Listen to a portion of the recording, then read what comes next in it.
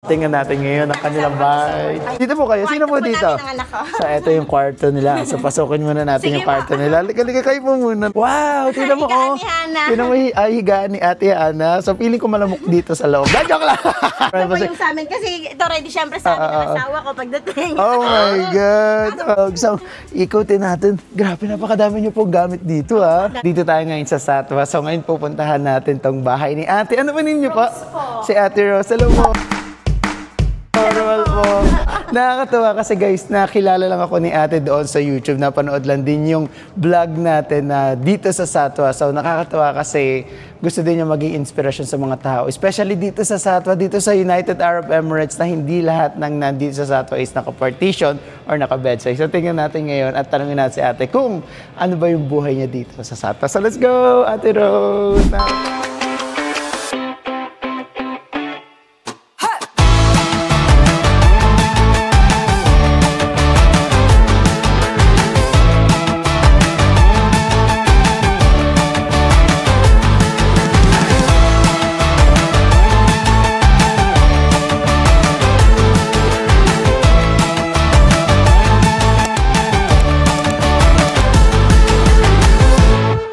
Lang, bago buksan ni Ate yung kanyang bahay. So, nakikita niyo naman yung hallway nila dito. So, ilang years na po kayo dito sa bahay natin? 3 years na po. 3 years na po kayo.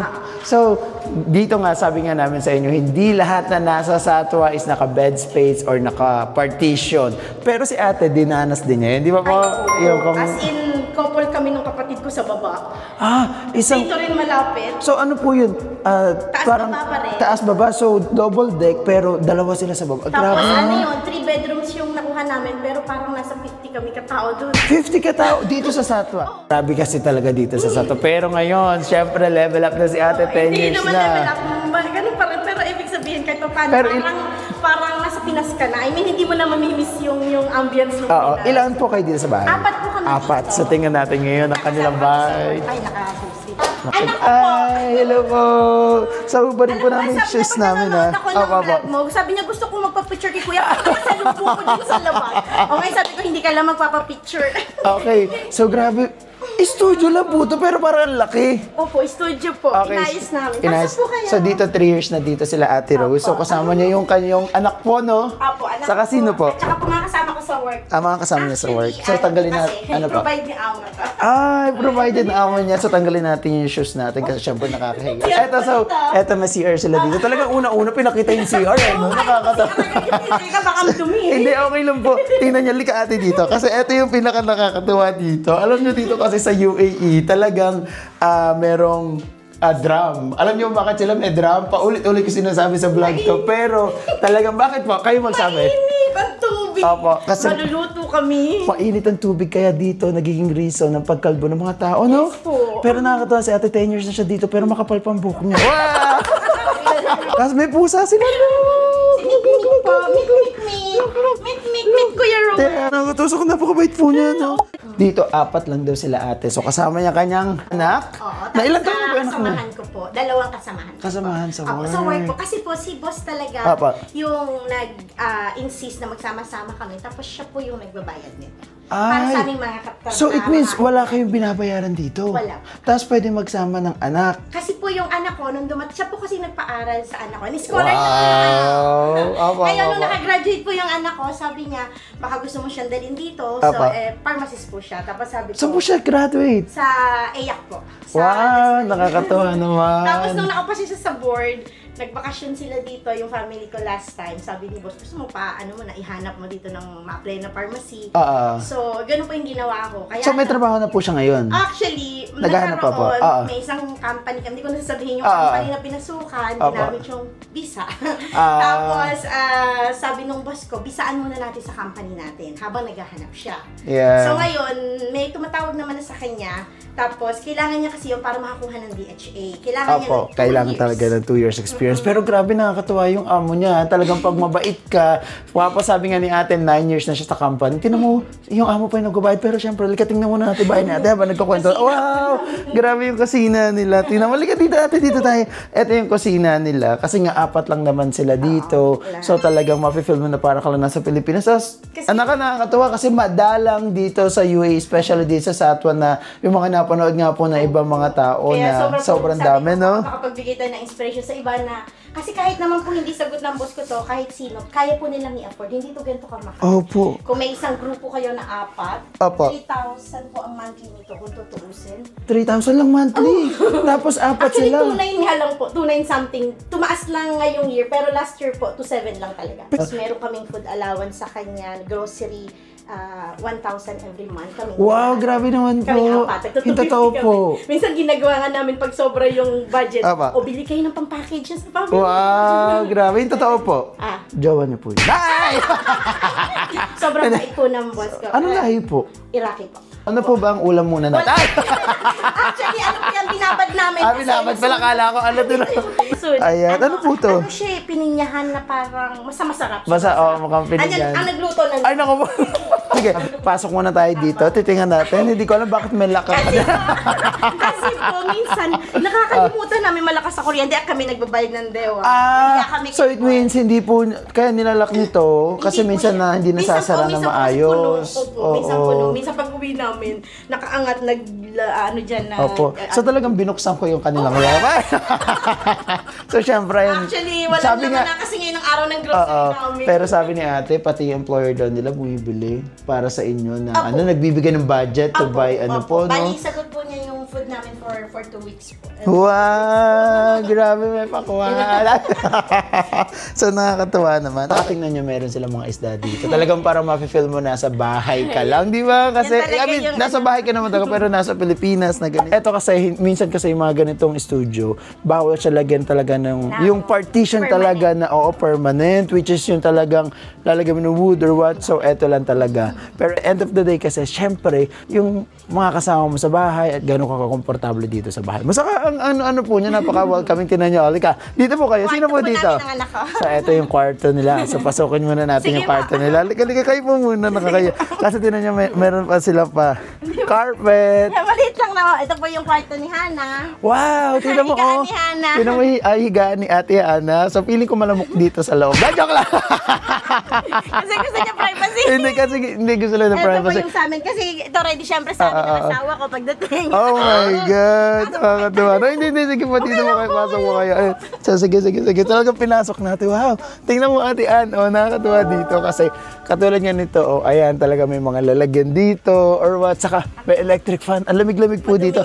At, take note, may TV si ate. Pampatulog. So, ikutin natin. Grabe, napakadami niyo pong gamit dito, ha? Daming amubot po. Tapos, eto sa, nakakatawa dito. Tinan mo, Ate Ann.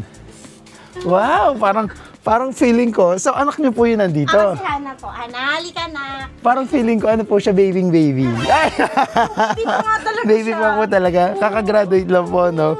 So, ganito yung itsura ng ano nila. So, pinagdaanan nyo rin po ba na nag-bed space po kayo before? Tapos puro, kagat akong surot. Ay, surot po talaga. Hello, eto yung ano niya, eto yung kanyang anak. Hello po. Napakaganda naman pala ni Hana. Ay! Single ba? Hindi po. Ay! So, sige, may sala yata sila dito, sila ate. Ito po yung kwarto nung kasama ko, si Ate Gina. Ay, hello po. Nandito pala si Ate Gina. Mukhang may birthday din dito. Hello po. Ay, birthday mo ka. Happy birthday. Ako na tayo. Happy birthday to you. Happy birthday, Ana. So, dito kayo nag-celebrate ng birthday mo. Oo, kahapon may mga tables mga kasya po mga 50 dito. Ay, ito ka. Nakakatuwa kasi talagang meron pa po kayong sala. Pas may balcony din po kayo? Oh my God. Actually, dito kapag bagong taon, kita po kasi dito yung ano, yung fireworks. Yung Burj Khalifa. Tingnan natin. Okay lang po. Oh, ang ganda ng view nila. Look. Ang ganda ng view nila dito, oh. Oh, kita-kita yung Burj Khalifa. At dito parang may mga ano din sila ate dito. Kasi meron akong sa bahay, may mga hamster ko, may rabbit ako. Nakakatawa. So, ang dami niyo po palang TV dito. May TV dito, may TV po kayo. May TV din po sila doon.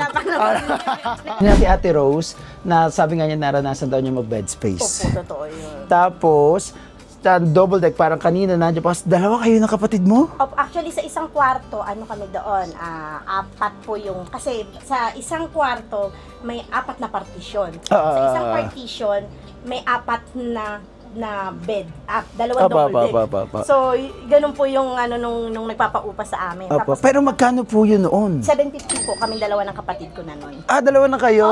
So, mura pa siya noon. Grabe, no? 750 po. All in na yun. All in na po pero yun. magkatabi kami. Tapos, Grabe. yun nga, alam mo naman noon, ngayon nga, natataka ko wala ng surot yata sa Dubai.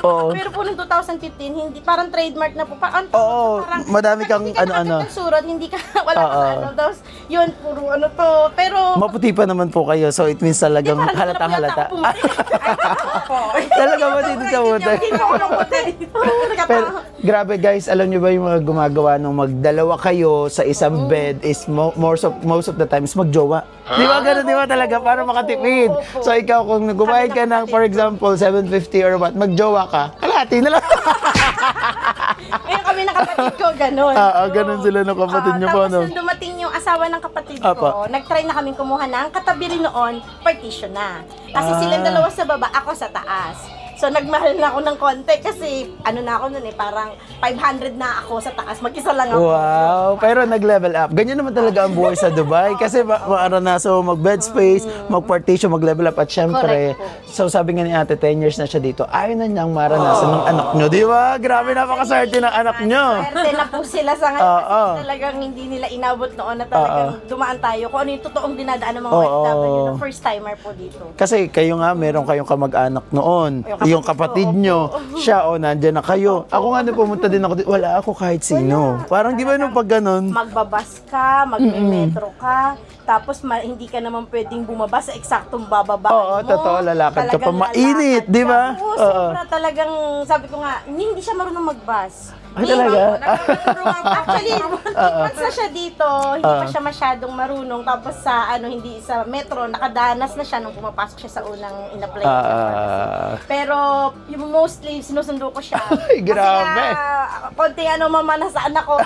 Sige, sunduin kita. Maligawin po kasi. Kasi bago pa lang naman din si ate. Kita mo dito kayo nag-birthday. So, kamusta naman pag-birthday dito? Kasi first time nyo nalayo sa nyo, di ba? 10 years kaming hindi magkasama na. Seryoso? First birthday niya, after 10 years na magkasama kami. Oh my God. Hindi Ngayon, naman... ang sakripisyo ng mga... hindi naman kayo katulad ng ibang anak na, sino ka? Ay, joke lang. Di ba, Di ba yung mga ganun?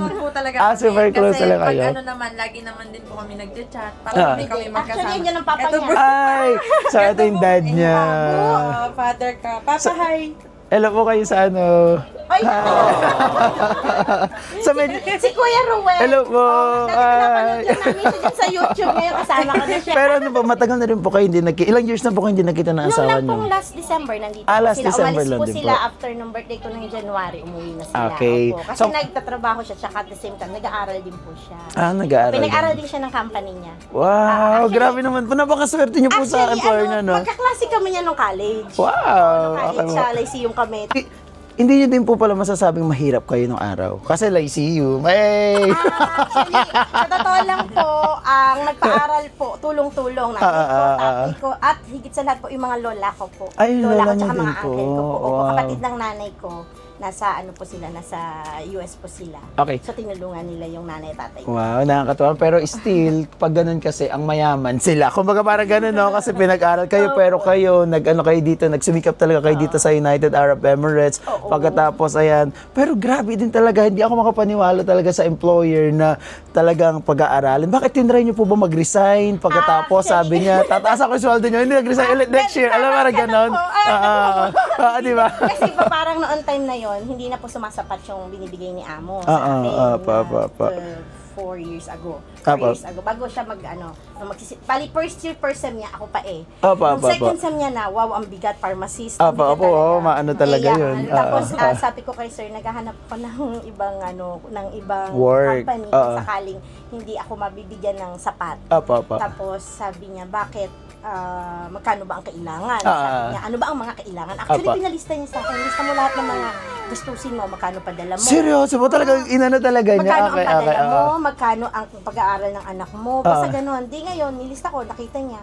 Tapos magkano binabayaran mo dito sa bahay. That time, medyo maganda naman yung sahod. Kumuha ko ng partition na ako lang mag-isa. That time. Magkano po yun noon? 1.5. Okay, Oo, yung mag-isa. 1.5 yun. Mag-isa ako. Tapos yung taas, kwarto ko, yung baba, aquarium ko. Wow! Mahilig po talaga kayo sa ano. Upgrade na rin naman kaysa nung sa una. Pero nung time na yun, mag-isa na lang ako. Kasi yung kapatid ko po, nag-Paris na po siya pagkatapos. Wow! Talagang minsan talaga itong United Arab Emirates is stepping stone para makapunta ka kung sa umang gusto. Oo, family po. Ano po ang work po nung ano nila? Nurse? Yung kapatid ko po ay nurse po. Ayun, kadalasan talaga sa mga nurse is talagang kahit saan sa ano, in demand. Nung nag-ano na siya, nung malis na siya, ako na lang mag-isa dito. So, nakasama ko na si Ate Gina, tsaka si Cheng, yung dalawa. So, yan po yung kasama sa trabaho. Kayo nag-hire sa kanila? Si Cheng po, yung isang kasama ko po, wala dito, nasa pasyalan. Okay, so sige, wait lang. So, binanggit ni ate si Cheng, hindi, pupuntahan po natin sila sa bahay nila. Bahay talaga. So, syempre dito, sana nagtatago sila kasi tinamok. Eto yung pintuan nila. Ayan. Hindi kasi dito komportable naman sila dito sa bahay nila. Yung kay ate, yung bahay niya, ang bahay niya, yung bed niya nasa baba. Pero eto, ayan, wow. Ay, wala pong asawa. Kaya pwedeng nakatayo. Ayan, eto, saka makikita mo talaga yung family niya na nandito. Ganito naman. Saka ang ganda maliwanag po, Ayaw niyo po naman din pag natutulog. Hindi, man. Pinapatay niyo naman din po yung ilaw niyo. Ay, kita mo. Ay, Muslim din po kayo? Lahat po kayo? Kami po dalawa. Kayong dalawa. Okay, kasi si ate po is Muslim din po si ate Ann. Ayan. So, ganito. And then, yun talaga sa taas nila. Gusto nila ganito. Nakikita ko to sa ano eh. Murang-mura. Saka hindi. Ito talaga kasi pag kailangan may privacy ka talaga. Baka mamaya may ginagawa siya. Ay! Sino mo din sa taas? Kayo mo sa taas? Ako si Cheng. Kaibigan ko po siya. Kaibigan ko po silang dalawa since 2000, nung bago po mag-pandemic. Magkakasama po kami sa isang villa dito. Yung kasi may partition akong sarili. May sarili siyang partition. May sarili siya. Pagkakatabi kami ng mga rooms. Doon kami nagsimulang maging magkakaibigan. Tapos ngayon magkakatrabaho na po kayo? Hindi. Si Ate Gina po, nirecommend ko sa office namin last year. Si Cheng po, pag weekend po, yung mga barkada ko, yung mga kaibigan ko doon sa dati, nagkikita-kita po kami dito tsaka pag may occasion. Since birthday nga nung anak ko. Kaya nandito sila. Maluwag naman, pwede mahiga doon sa sala. Dito sila nag-overnight. Wow! So sige, lalabas muna tayo dito sa kanilang kwarto kasi syempre nakakahiya siya ate. Thank you so much po. Thank you so much po, ate. So dito ulit tayo kasi syempre pagkukwentuhan natin yung buhay ni ate dito sa United Arab Emirates. Kasi kung ano ba yung mga pinagdaanan niya yung mga time na nagsisimula siya dito sa UAE kasi ngayon, di ba? Ang ganda ng mga kinukwento ni ate ngayon. May kotse siya. Hindi naman sa ano kasi. Din po yun. Seryoso? Pero nakapangalan pa sa inyo? Hindi po. Kasi sa company. Grabe. Sobrang bait ng amo nyo. Kasi para pag pumapasok po kami sa umaga, dala ko na po yung mga kasama. Malapit lang po dito? Sa, Shangri-La po. Sheikh Zayed Road. Sheikh Zayed lang. So, grabe. Sobrang bait ng employer niyo po talaga. Drive lang po. Yeah, baka ginawa kayong lucky charm ng asawa. Ano nyo amo nyo kasi parang ganun. Kasi si Sir, ginawa niya na po akong parang family, yung si Madam, mga anak niya. Kasi nung dumating ako sa kanya, yung mga anak niya, liliit pa. Ngayon po, dalagat binata ng mga anak niya. Ay, talaga? So, mga close na rin talaga kayo na ano? Kasi po, parang pag kami kailangan, Rose, come here sa may bila ko, ganyan. Ganun? Ginagawa din po kayo katulong? Hindi. Pero kasi tayo mga Filipino, ginagawa natin din lahat eh. No? Po, nagsimula ako sa graphic designer kay hanggang sa naging admin niya ako. Tapos ginawa niya akong HR niya. Ay, talaga? Tapos ginawa niya akong executive secretary niya. Naging personal assistant niya ako kasi sa bahay po, yung mga sa paglinis ng bahay niya, mga katulong sa bahay niya, mga kailangan sa bahay niya, ako na rin yung nag-i-include. Talaga lahat? So talaga ngayon kayo na... kailangan ni Madam, sa mga appointment sa mga hospital, yung mga anak niya sa school, mga Grabe! kailangan. So ano po yun? Yung amo niyo po, yung may-ari, kayo na po ang CEO. Para after nun, owner, CEO na po kayo agad na kayo taga-pamahala. Parang ganun. So, madam na madam po pala kayo. Ilan po yung hinahawakan yung mga tao dun sa ano? Bali po sa office po. Kasi tatlong company ni boss. Po. Ngayon, kapag nag-recommend ako ng mga kailangan niya, siyempre mga Pilipino rin tayo. Tapos, ang Pilipino ngayon sa amin, si Ate Gina, tapos po, yung bago po dyan. Kapatid din po siya nung kasambahay hindi naman kasambahay. Staff din ni Sir, pero Pero house staff po. House Apo. staff po. Kasi lalaki yun eh. Tapos, yon so dalawa, tapos siguro lahat-lahat po kami kasama ibang lahi. Apo. Siguro po more or less na sa mga 15, gano'n. Lahat-lahat na po yung Grabe, so kasama. pag kayo nag-recommend, di mo kahindi ang amo nyo. Ay, di ba kasi ganun yung ano eh, syempre mahiya ako. Sige ba, pag di mo to hinar, ako alis. Ay. Basta kailangan. Pag kailangan. Pero sige po, ang galing, ang ganda ng mga pinagdaanan nyo po dito. Pero anong hirap na pinagdaanan nyo po dito sa iyo? Yung nag-i-start kayo and then, alam nyo yung pinakamahirap talaga na... Baka umiyak ako. Hindi kasi, like ko sinasabi sa kanya, Apa. sabi ko, hindi madali maging OFW. Totoo Natuwa naman ako po, na kayo, totoo. dumating kayo na medyo stable na ako. Noon ng kami ng kapatid ko, araw-araw po, ang pinakamura po ay itlog. Ang isang tray ng itlog, makakabili ka na 15. Oo, totoo Okay yan. po. Tapos, hindi ka makakain masyado ng sardinas kasi mahal po ang sardinas dito. Itlog at chicken. Kasi ang chicken po, minsan 7 dirhams lang isang buwan na. Saka, hindi ko alam kung meron yung baker mo heavy, yung, alam mo yung mura, di ba? Lagi po kaming suki ng baker mo hibi sa Satwa kasi 1 dirham po yung item. Yung baker mo heavy, malapit Totoo na po ma-expire yung mga ano, di ba? Totoo yun. Totoo. Ako din kasi 10 years na rin ako dito. So, nung nag-i-start lang ako na 2.5 ang sweldo, naging 3,000, naging ganyan. Siyempre, Totoo po. nag-i-start ka Totoo. talaga mababa. At dahil nga sabi ko sa'yo, hindi nga ako sumasahod ng matino noon. Minsan kailangan ko pag mamakaawa kay boss na, sir, wala na akong pamasahe, hindi ako makapasok. Alam mo, bibigyan niya lang ako 500.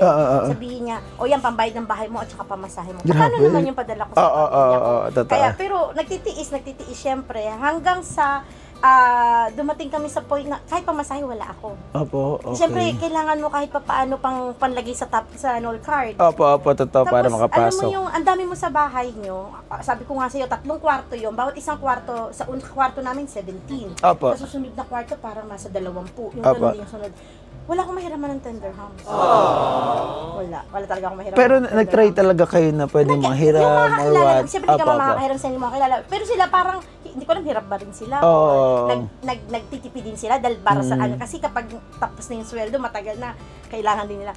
Sabi ko sa kapatid ko, grabe, 10 dirhams, wala tayong mahiram. Grabe na. Kaya sabi ko talaga, pipilitin ko na parang, alam mo, Hindi ka pwedeng mawalan. sa ganun, Oo, hindi ka pwedeng napakahirap mawalan po na. noon eh. Kaya sabi ko, yun ang pinagginamit ko po para kahit papaano Maging motivation. ng todo po. Kaya nga minsan sa akala ng tao, di ba, dami natin pera. Oo, hindi. Pag OFW ka talaga, nasa ibang bansa, akala nila mayaman ka agad. Which is, pag nag-i-start ka kasi talaga, ang laki ng gastos, nagbabayad ka ng bahay, hindi nila alam yung ano. Araw-araw ka itlog at saka... Oo, ha. Sa yun nga sinasabi nila, nagdidildil tayo sa manok. Kasi mura dito. Dati hindi ka makabili ng tuyo. Oo, grabe yung manok Magkano dito. yung tuyo? Isang balot, 14 yata ang tuyo. Kahit sabihin mo minsan mura yung chicken dito, yung mga frozen, magkakaroon ka naman ng chicken skin. Alam mo yung mga ganun, di ba? Oo. Kasi sa mga chicken, mungangati ka naman talaga, di ba? Araw-araw chicken din ng araw. Kasi kahit ako naranasan ko yun na ganyan talaga yung pinagdaanan ko. Ang hirap. Pero, look at you now, ate. So, kailan nyo nasabing, ay, successful na ako? Hindi pa po ako successful. Hanggat di pa nakatapos yung 2 anak ko. Pero hindi, iba na po sa dati, kahit pa pa. So sa 10 years po dito, ano yung pinaka natutunan nyo? Di ba, syempre, ang dami nyo pinagdaan. Yung pinaka natutunan nyo talagang tumatak sa inyo na... Ako po natuto po akong maging independent sa sarili ko. Dati po kasi nakaasa lagi po ako sa asawa ko. Parang hindi ko po kaya ng wala yung... dati yung lahat ng bagay, parang lagi pong kailangan nasa tabi ko po yung asawa ko. Although nag-abroad din naman siya noon ng 2-3 taon sa Saudi. Pero lagi pong parang kailangan nakadepende ako sa kanya. Tapos ang dami ko pong hindi kinakain dati. Hindi nga po ako kumakain ng itlog biryani. sa kanin. Ay, gano'n? Dati itlog sa kanin Yung na. Pilipinas po, ang itlog pinapalaman ko po sa tinapay. Tapos marami akong hindi kinakain. Na pagdating po dito, natutunan kong kainin. Natutunan kong, hindi naman, parang parang kailangan Parang ganun. Parang ang laki ng ibinigay sa akin ng pagbabago ng Dubai po. Sa buhay din. Tapos naging medyo matatag, hindi na ako kasi sensitive before, na parang konting problema, parang gusto mo nang bumigay. Dito, parang nakita ko mas marami pa palang Pilipino na mas pinagdadaanan. So, kaya nandito nga tayo. Sabi ko nga kanina, nakita tayo ni ate doon sa YouTube. Napanood niya yung, yung mga bahay dito sa Sata. Ano yung niya na napanood niya? Yung sa yung sa Greenland po. Tapos nung nakita ko yung sa Greenland, sabi ko sa kanya, anak, sabi ko dito sa Sata. Actually, marami na pong ibang mga napanood sa inyo. Meron na napanood na yung condo. Yung condo, yun. Sa amaze na na-amaze ako. Sabi ko, wow. Kaya lang ang layo po kasi nila. Opo. Yung Damac Hills. The McKills, medyo malayo yun. Kung tutusin kaya yun, kaso po ang boss ko po kasi, ang gusto niya, malapit po kami sa kanya. Gusto niya pag tinawagan siya in 5-10 minutes, nakatakbo ka na sa bahay niya. Ay, Diyan lang si boss sa ganun Jumerawan talaga. oo. Kailangan, lahat po kaming empleyado niya, kailangan po, bahay namin, dito lang sa malapit. Kaya lahat ng mga kasama ko, taga-Satwa lang. Pero bakit hindi kayo umalis ng Satwa? Ano ang meron sa Satwa? Ay, gusto ko yung Satwa. Hindi kasi ganito, actually pag nasa Satwa ka, para ka lang nasa Pilipinas, Satwa. di ba? Lahat ko ano dyan, may eskenita, may kainan, alam mo yung mga ganyan na mga ano. May mga ibang kabayan tayo na medyo siguro pagdating dito stable na agad sila. Tapos pag narinig nila taga-Satwa ka, parang ang tingin nila sa Satwa. Mahira, parang ganon, di ba? Kasi Satwa, crowded, ganyan. parang tondo ng Pilipinas. Ganun naman talaga, di ba? Kasi napaka-traffic, tapos yung mga bahay nga, yung kagaya ng mga pinapakita, sobrang dami sa isang bahay. Tapos sa iba-ibang lahi, may ano. So, pero ako, hindi ko talaga kinakahiya ng taga-Satwa ko kasi talagang love na love ko po yung Satwa. At saka talagang dito, hindi mo mararamdaman na parang nasa ibang bansa ka. How's Satwa for you? Good po, para pong Manila lang talaga, tas ang dami mga Filipino food, ganyan. Tas syempre nung una po, pinatikim niya kami ng biryani. Medyo na ano po kami, nanibago kami sa lasa kasi masibuyas. Ngayon po, medyo sanay-sanay na. Tapos ayun nga po, hindi pa po kami nakakakain masyado ng mga biryani noon. Ang pinupunta po namin dito yung mga Filipino restaurant. Kasi iba yung lasa nung iba Iba po yung ano. Okay, so sa mami mo, so sobrang grabe yung mami mo. Pinagdaanan din niya dito, alam mo yun. Tapos talagang pag family talaga, nag-OFW ka, family talaga yung iisipin mo. Ano yung gusto mo sabihin sa mama mo ngayon? Baka naman po. Kasi minsan, madalang yung sasabihin mo kasi to pag kayo lang, or what, alam mo yun, minsan someone to push you na para yung ma-appreciate mo yung mama. Ganun, diba? Naiya po. Hindi, sige, Gigi. Kaya naman wala si mama. Ayun, yung camera agad. Thank you po sa lahat ng sacrifices. Tapos, ang dami pong mga... Okay lang. Wag pa Madami po kasing occasion na hindi na napuntahan, na hindi namin siya kasama. Yes. Tapos po ngayon, parang super happy po ng birthday ko talaga. Kasi, parang simula po nagdalaga ako, wala si mama. Yung magtuturo nga po sa napkin. Ay, talaga? Yung kumbaga, bata siya. Yun, so parang nung bata po kami, hindi po namin masyado naiintindihan, malayo po si mama. Pero ngayon po, nag-gets ko na yung sacrifices na ang hirap po pala dito. Yung pera po kasi, medyo magastos po talaga kami sa Pinas. Tapos ngayon po, parang bago pala makuha ni mama yun, ang dami po palang hirap. Nakita ko po yung 24 hours po kasi siya nag-work. Talaga? Grabe. Ang po kasi ako. Parang naawa po ako kasi parang wala nga pong pahinga. Tapos nagkakasakit na, hindi na nakakakain. Ganun. Kasi kayo, bata kayo, syempre si mama mo, minsan iisipin mo, puro pera lang yung binibigay sa inyo, walang love. Parang ganun, di ba ganun yung ng mga kabataan? Parang pagiging kang pera, o bibigyan ka lang ng pera, pero nasan yung care ni mama? Yung pero parang ganun, kami naman po, magastos, nararamdaman pa rin naman po namin yung care. Kasi sobrang supportive pa rin naman po niya. Kunyari, po kami, mga performance kami sa school. Talagang naka-video po kami. Tapos nakaka-chat naman po namin siya habang nagpe-perform kami, mga ganyan po. Kaya, kumbaga, hindi naman po talaga nawala yung closeness namin. Actually, mas naging close po kami nung napalayo siya. Kasi nung bata ko, kami magkaaway.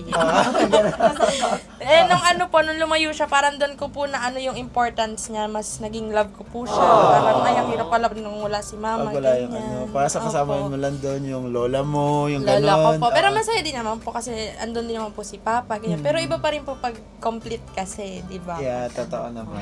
Kasi, Kuya Ruel, hindi na house tour ko. MMK na. hindi kasi syempre, dito kasi syempre bago ka, Pero in 10 years mo dito sa UAE, di ba Kaya kakaiba? sana lang din yung ibang mga kababayan natin na sana wag din sumuko. Kasi may minsan nakakasama ako na parang 2 years, 3 years, umuwi na kasi napagod din agad kasi hindi pala ganun kadali sa Dubai. Kasi para sa akin hindi ganun kadaling makuha Oo, totoo, hindi naman. Kaya ko, 10 taon na ako, medyo okay, pero hindi pa din Hindi pa, wala pa doon sa marami naman ako nakikita mga Pilipino na wow, may mga restaurant na sila. Swertihan siguro. Depende sa kung ano yung binigay ni Lord sa atin. Pero mas marami tayo na hindi pa ganun ka-successful dito. Sa nag-start mga pa napapanood ko sa YouTube, siguro sa 1,000 tao na Pilipino, maaaring 10 doon okay. Pero yung iba, hindi. So, yun ang feeling ko yun ang dapat nating parang, ano yun ba? Maging matatag tayo. Yun ang Kasi kailangan natin una-una i-inspire. ang daming gustong pumunta dito. Pagkatapos, iba hindi mapunta. Na-offload pa, di ba? Gagastos, ganyan. Totoo. Pero, pag nandito na, talagang minsan yung iba kasi na-stress sa trabaho, nawala ng trabaho, sumusuko agad, which is, ang ano nila is umuwi agad ng Pilipinas. Pero, hindi nila kadalasan, to be honest. Hindi pa nila nabayaran yung inutang nila para mapunta rito. Pero, pag umuwi ka ng Pilipinas, mas mahirap. Sobra po. Pag sa Pilipinas, which is ang dami ko na meet din na gusto nilang mag for good. Pagkas pag nag for good na sila. Parang ang problema naman nila ngayon paano bumalik. Wala which na, is, mahirap na. ex-OFW sila, nahihirapan sila ngayon bumalik, di ba? Sobrang hirap. Lalo ngayon napakahigpit na. Sobrang dami nang binago eh. Dami na lang mga inano naman nila na kapag nakita nila, dati ka palang nag-Dubai, tapos ngayon paano ka magtutur? Malamang magtatrabaho ka uli. Pero kayo po ba? Paano kayo napunta dito? Ay, sa bagay, nung 10 years ago, madali Hindi yung po, pagpunta. muntik po Hindi? upload. Bakit? Kasi nung kinuha ko ng kapatid ko, di ngayon si immigration, alam agad na kasi kapatid ko ang kukuha sabi niya, ay punta ka dun sa office. Second immigration kayo na pinapunta ako dun sa office. Patay, ba't kaya ako pinapupunta? Marami na po ako naririnig na upload Tapos sabi niya sa akin, ano gagawin mo dun? Sabi ko, pupunta ko po yung kapatid ko, birthday kasi nung kapatid ko, April 12. Okay. April 10 yata ako nung pumunta rito. Sabi ko, wala, papasyal niya ako, papasyal ko siya, ganyan. Tapos sabi niya, naku, magtatrabaho ka lang. Sabi ko, hindi ako magtatrabaho doon. Pero totoo, magtatrabaho. Huwag natin ipakita sa immigration. Hindi, okay lang naman yun. As long as nag-register tayo sa OWA, OEC. Oo naman. Ngayon, documented. Tapos sabi ko sa kanya, sabi ko doon po sa officer, sabi ko, sir, hindi ako magtatrabaho doon. May trabaho ako dito sa ospital ako. Pero meron talaga ako. Hindi ako nag-resign eh. Hindi ako nag-resign. Nag-resign ako nung nandito na. Kasi, ba't hindi ako nag-resign? Paano kung hindi ako pala rin? Kasi gusto ko manang makita ko ano ang Dubai. Yeah. So, hindi ako nag-resign. Tapos sa pagtuturo, dahil ano naman nun, sem break naman. So, sabi ko, hindi ako babalik. Kasi part-time din yung sa school eh. So, hindi ako babalik kung sakaling nandito na magtatrabaho ko dito. Kung babalik, at least kung hindi ako mag-okay dito, may babalikan akong eskwelahan. So, ganun ang ano ko. So, may dala akong mga letter na katibayan na ako ay nagtatrabaho talaga doon. At the same time, kasi may business si mama at papa na water station. So, sa akin kasi nakapangalan yun kasi matanda na sila. Yes. So, pinakita ko yung immigration na may business akong babalikan. Yes, talaga ano pala to si madam. Okay, Tapos ready. Sabi ni officer, hindi, malamang magtatrabaho. Sir, hindi nga. Sabi niya, hindi. Sabi niya, ano natapos mo? Sabi ko, computer engineer ho. Sabi niya, ako, sinasabi na. Hindi ka na talaga babalik. Sabi niya, ganyan. Sabi ko, hindi ho, babalik ko talaga ako. Sinabi na lang sana pag nakita ka ng trabaho. Ganun po. Ate ngayon, di sabi niya, sige na nga. Sabi ko, sir, may iwan ako ng aeroplano. Kasi paano na eh. Paalis na. Sabi ko, may iwan ako. Sabi niya, sige na nga, bahala ka na nga. Sabi niya, sinasabi ko sa inyo, kayo mga, mga aalis kayo dito ng tourist, tapos magtatrabaho, tapos mamumroblema kayo. Tapos lalapit kayo sa consulate, ganyan. Ganun yung ano nila eh. Sabi ko, hindi sir, hindi. Tapos sabi niya, sige, anong ticket mo pabalik? Sabi ko, palpo. Sinasabi na, dami yan.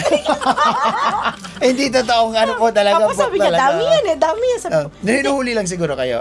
pero kasi ang dami naman talaga noon. So ngayon hindi na. Wala nang dami ngayon eh. Talagang bibili ka na ng ticket.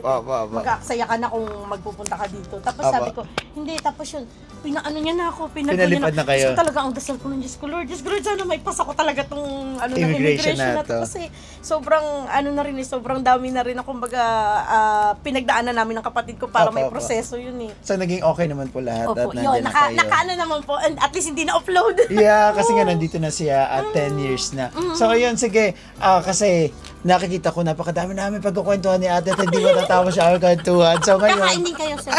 Papakainin mo tayo ni ate. Hindi ko sabihin yung brand kasi baka bawal. Pero inire-recommend ko yung brand na yan. So ayun po. So sige, maraming salamat Thank po you, Ate Kuya Rose at maraming po Sana salamat po sa maka-inspire din inyo. tayo sa ibang mga kababayan Oo, natin syempre po. kasi yung mga pinagdaanan ng una siya katulad niya, naghahanap pa lang siya ng trabaho. So, syempre, medyo sa kanya, baka mamaya isipin niya, ay, ang hirap pala. Di ba ganyan na isipin mamaya, ay, parang si mama, puro gastos na lang sa akin, or what? Di ba yung ganyan na ano yun mo? Pero, wag ka mawala ng pag-asa. Kasi nga, nandito ka na, and kunin mo na kung anong gusto mong trabaho mismo na related sa ano mo. Kaya nga po, pharmacy ang target niya lahat ngayon. Kasi pag inano mo na, yung iba kasi, na na hindi nagiging aligned doon sa tinapos nila is yung visa nila patapos na, parang gano'n. So ngayon, masasayang na at wala na silang pera. So hindi, kunin ko na lang to kahit maging cleaner ako, kunin ko. Di ba yung ganyan yung nangyayari? So, yun ang nakakalungkot eh. Ang dami ko nakita na cleaner pero teacher. Oo. Tapos yung iba talagang, yung iba mga manager ng mga,